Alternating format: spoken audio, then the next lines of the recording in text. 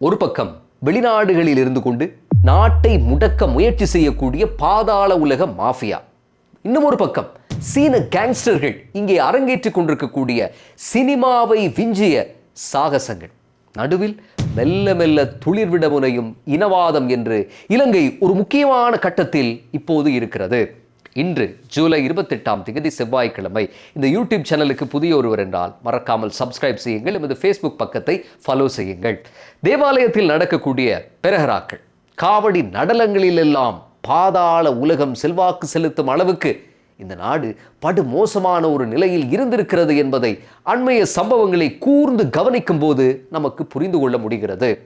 முகமது நஜீம், முகமது இம்ரான் எனப்படும் கஞ்சிப்பான இம்ரான் தென் மாகாணத்தில் பிரசித்தி பெற்ற தெவினூர தேவாலயத்தின் பஸ்நாயக்க நிலைமைக்கு அழைப்பு எடுத்து தனது ஆட்கள் எசல பெரஹரவில் காவடி நடனமாட கண்டிப்பாக அழைக்கப்பட வேண்டும் என்று தூசணத்தில் மிரட்டியதாகவும், இதை தொடர்ந்து ஏற்பட்ட பதட்ட நிலைமைகளை கருத்தில் கொண்டு காவடி நாட்டியம் தடை செய்யப்படுவதாகவும் அறிவிக்கப்பட்டிருந்தது. ஆனால் நேற்று மாலை மீண்டும் காவடி நடனத்தை பலத்த பாதுகாப்புக்கு மத்தியில் நடத்த போலீஸ் அனுமதி அளிக்கப்பட்டிருக்கிறது. தினத்துக்கு 40-50 பேரளவில் பங்கு கொள்ளும் இந்த கலாச்சார உற்சவத்திலும் பாதாள உலக பேர்வழிகள் பணத்தை வாரி இறைத்து ஆதிக்கம் செலுத்தும் அளவுக்கு இருக்கிறது நமது நாட்டினுடைய பரிதாபகரமான நிலைமை. கஞ்சிப்பான இம்ரானுக்கும் தெவினூர மண்ணின் பாதாள மைந்தர் தெஹிபால மல்லிக்கும் இடையில் ஏற்பட்டிருக்கக்கூடிய பங்கு சண்டை இப்போது தரிகட்டு சென்று கொண்டிருக்கிறது என்றுதான் புலனாய்வு ஊடகவியலாளர்கள் கருத்து சொல்லுகிறார்கள். மதம் கடந்த பாதாள தலைவராக மிளிர கஞ்சிப்பான இம்ரான் தேவாலயத்திலும் தரிசனம் தர தொடங்கி இருக்கிறார். கடந்த 2 ஆண்டுகளில் இலங்கையினுடைய பாதாள உலக ஆதிக்கம் என்னதான் கட்டுக்குள் கொண்டு வரப்பட்டாலும் இன்னும் முழுமையாக அந்த தலைவலிகள் எல்லாம் தீர்க்கப்படவில்லை. பல்வேறு நாடுகளில் டசன் கணக்கில் கைதாகி அழைத்து வரப்படுகிறார்கள். இவர்களுடைய போதை வலையமைப்புகளுக்கு சொந்தமான பல 1000 கிலோ போதைப் பொருட்கள் கைப்பற்றப்பட்டிருக்கின்றன. ஆனாலும் எதுவுமே இன்னும் முழுமையாக சுத்தமாகவில்லை. அப்படி ஒரே அடியாக கழுவி துடைக்க முடியாத அளவுக்கு பறந்து விரிந்து கிடக்கிறது இவர்களுடைய வலையமைப்பு. நாட்டை சுத்தம் செய்ய வேண்டும் நிச்சயமாக, அதுபோல வீட்டையும் சுத்தம் செய்ய வேண்டும். இப்போது உங்களுக்கு ஒரு தகவலும் சொல்லுகிறேன். வீட்டில் பாத்திரங்களில் படியக்கூடிய பிடிவாதமான எண்ணெய் இருக்கிறது, அது மாதிரி சில கரைகள் இருக்கிறது. இவற்றை இலகுவாக அகற்றுவதற்கு 200 மில்லிலிட்டர் விம் டிஷ்வாஷ் லிக்விட் உங்களுக்கு உதவும். எலுமிச்சை புத்துணர்வோடு வெறும் 150 ரூபாவுக்கு கிடைக்கும். சரி, நாம் கதையை தொடரலாம். கழுவி துடைக்க முடியாத அந்த வலையமைப்பு அது ஒரு சாமானிய விகாரை முதல் பிரசித்தி பெற்ற தெவினூர ஆலயம் வரை, சாமானியோர் அதிகாரி முதல் முன்னாள் நீதி அமைச்சரினுடைய மகன் வரை என்று மிக பலம் வாய்ந்த பிணைப்பாக நீண்டு கொண்டு செல்லுகிறது. யார் இந்த கஞ்சிப்பான இம்ரான்? அவருக்கும் காவடிக்கும் என்ன சம்பந்தம் என்று பார்த்தால் ஒன்றுமே இல்லை. கஞ்சிப்பான இம்ரானினுடைய வரலாறும் மாக்கந்துர மதுஷின் வரலாறும் கிட்டத்தட்ட ஒன்று. அவர்கள் ஒன்றும் சுதந்திர போராட்டத்தில் பங்கு கொண்ட தியாகிகள் அல்ல. இந்த நாட்டை கெடுத்து குட்டிச்சுவராக்கியதில் தம்மாலான பங்களிப்பை நல்கியவர்கள் என்று சொல்லலாம். இருவருமே ஒரே தோஸ்தாக இயங்கியவர்கள். சுட்டு கொலை செய்யப்பட்ட மாக்கந்துர மதுஷ் தன்னோடு தொடர்பில் இருந்த 80க்கும் மேற்பட்ட அரசியல்வாதிகளினுடைய பெயர் விவரங்களை வெளியிட்டதாகவும், ஆனால் அப்போது இருந்த கோட்டாபய அரசு அதற்கு எதிராக எந்த ஒரு நடவடிக்கையும் எடுக்கவில்லை என்றும், கடைசியில் மதுஷுக்கு உயிரை இழக்க வேண்டிய நிலைமை ஏற்பட்டதாகவும், மதுஷோடு சேர்ந்து சாட்சிகளும் அமிழ்ந்து அழிந்து போய்விட்டனவா என்றும் விதவிதமான கதைகள் இன்றும் சமூகத்தில் உலவுகின்றன. 2019 ஆண்டு பிப்ரவரி மாதம் 5 துபாயில் தன்னுடைய மகளின் பிறந்த தின பாட்டி ஒன்றின் போது கைது செய்யப்பட்டு அதே ஆண்டு மே மாதம் இலங்கைக்கு அழைத்து வரப்பட்டார் மதுஷ். இந்த சுற்றி வளைப்பின் போதுதான் கஞ்சிப்பான இம்ரானும் கைதானார். அவரும் சேர்ந்து இங்கே அழைத்து வரப்பட்டார். மதுஷுக்கு துபாயிலும் இலங்கையிலும் கோடிக்கணக்கில் சொத்து இருப்பதாக சொன்னது இலங்கை போலீஸ். தேர்தல்களில் அரசியல்வாதிகளுக்கு பணத்தை தண்ணீராக செலவழித்த விதம், கட்டிடங்களை கொடுத்த விதம், வியாபாரம் தொடங்க ஒத்துழைப்பு கொடுத்த விதம், போதைப் பொருட்கள் மூலம் ஈட்டப்பட்ட கருப்பு பணத்தை மணி லாண்டரிங் எனப்படும் பணச்செலவை மூலம் அரசியல்வாதிகள் வழியாக வெள்ளையாக்கிய விதம், தன்னுடைய வாடகை கார் நிறுவனத்தை பிரதமர் ஒருவர் திறந்து வைத்த விதம் என்று அனைத்தையும் பற்றியும் மதுஷ் பேச தொடங்கி இருக்கிறார். நகர சபையில் இருந்து மாகாண சபைக்கு வந்து பின்னர் ராஜாங்க அமைச்சரான மேல் மாகாணத்தினுடைய போதைப் பொருள் பிசினஸோடு சம்பந்தப்பட்ட பெரும் தலை உட்பட தன்னோடு சம்பந்தம் வைத்துக் கொண்ட 80க்கும் மேற்பட்ட அரசியல்வாதிகளினுடைய பெயர்களையும் அவர் வெளியிட்டதாகத்தான் சொல்லப்படுகிறது.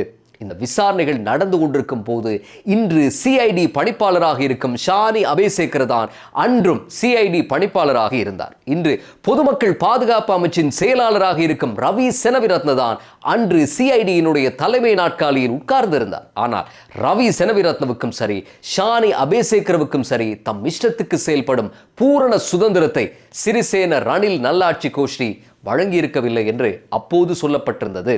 அரசு தரப்பினுடைய அழுத்தம், ராஜபக்ச தரப்பினுடைய அழுத்தம் என்று பலத்த சிரமங்களுக்கு மத்தியில் தான் ஷானி அபேசேகருக்கும் ரவி செனவிரத்னவுக்கும் காய் நகர்த்தக்கூடியதாக இருந்ததாம். கோட்டாபய ராஜபக்ச வென்றதும் மாக்கந்துர மதுஷினுடைய வாக்குமூலங்களின்படி நடந்து கொண்டிருந்த விசாரணைகள் எல்லாம் மொத்தமாக நிலை குலைந்து போயின.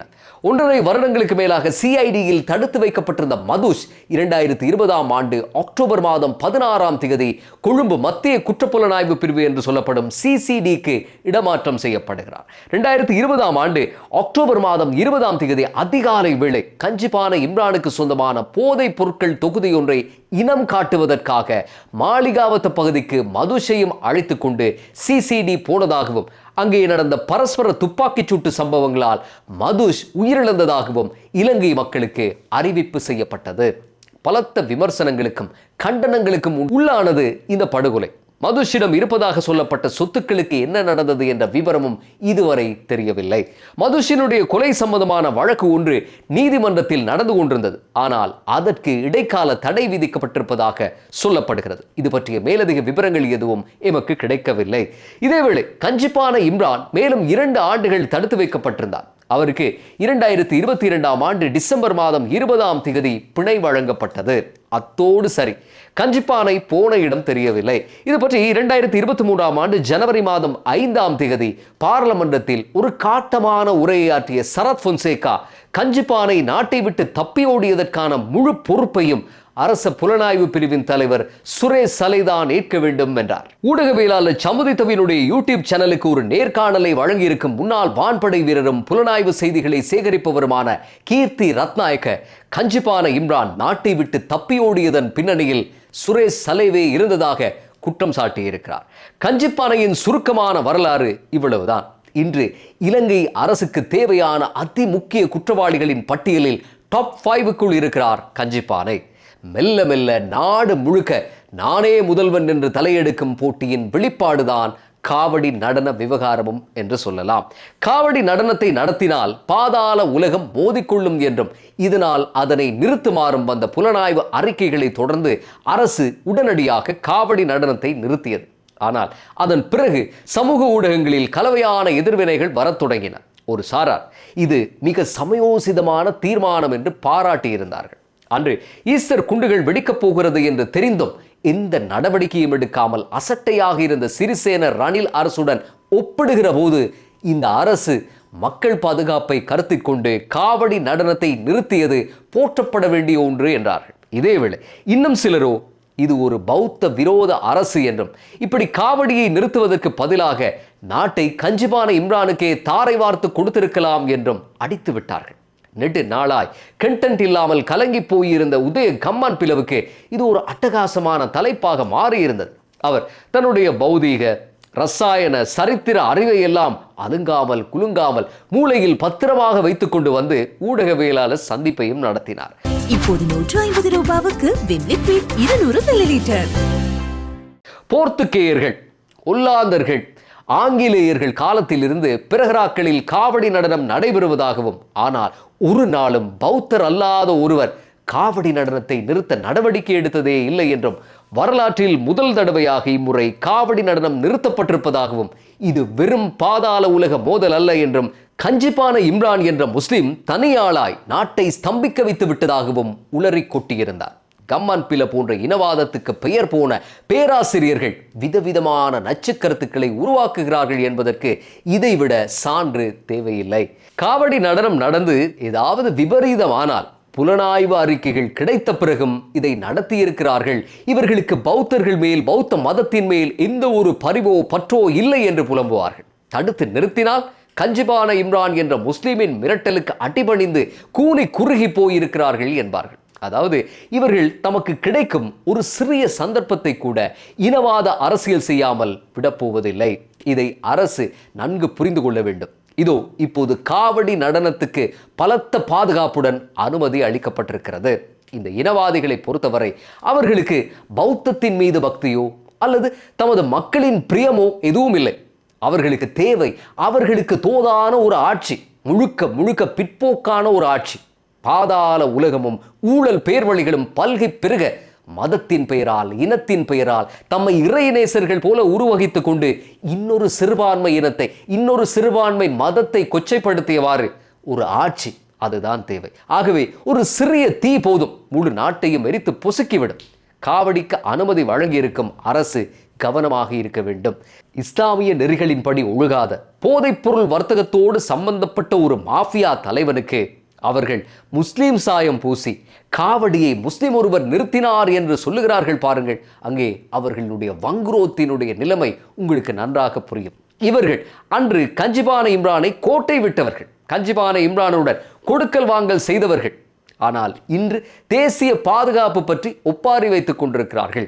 விதவிதமான ரூபத்தில் புலம்புகிறார்கள். உண்மையில் அத்தனை ஊழல்வாதிகளதும் பாதாள மாஃபியாக்களதும் மதவாதிகளதும் பரம எதிரியாக இந்த ஆட்சி மாறிக்கொண்டிருக்கிறது. 2500 புத்த துறவிகளை அழைத்து வரப்போவதாகவும் பௌத்தத்தை தழைக்க வழி செய்ய வேண்டும் என்றும் கோரி மகா சம்மேளனங்களை நடத்துகிறார்கள். நேற்று அப்படிப்பட்ட ஒரு சம்மேளனம் நடந்தது. அந்த சம்மேளனத்தில் பாதிக்கும் மேற்பட்ட கதிரைகளில் வெறும் காற்று உட்கார்ந்திருந்ததை காண முடிந்தது.